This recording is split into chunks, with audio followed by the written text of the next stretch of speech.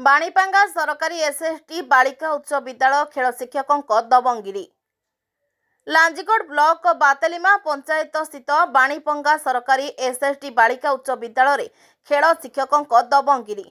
जड़े शिक्षक होई जड़े पंचायत जनप्रतिनिधि को अश्लील भाषा गाड़ीगुलज करने और खराब व्यवहार करथिबा अभियोग आनिछंती बातेरलीमा सरपंच करुणा माझी।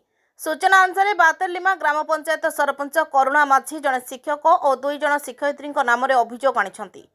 श्री माझी गत 3 मास आगु बाणीपंगा विद्यालय जड़े शिक्षक और 2 जन शिक्षयित्री नाम अभियोग कर कहीं शुणी नथिले। तेबे आज श्री माझी पंचायत कार्यालय थिबा बेले शिक्षक और शिक्षयित्री माने समय 11 घंटे पर जाउथिबा देखि विद्यालय को जाइथिले एवं विलंबरे आसिबा और छात्र छात्री मानक ठीक भाव में पाठ पढ़ा नथिबा अभियोग करथिले। शिक्षक और शिक्षयित्री मानक पचारिथिले जे आपण माने केतेबेले आसुचंती और केतेबेले छात्र छात्री को पाठ पढ़ाउचंती बोली।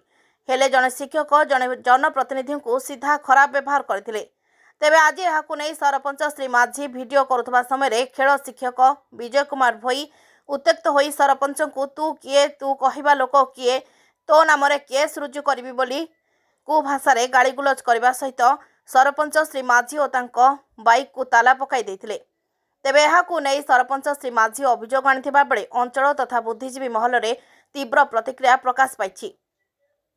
कलाहांडी जिला प्रतिनिधि सुशांत माझी रिपोर्ट, फोटो न्यूज।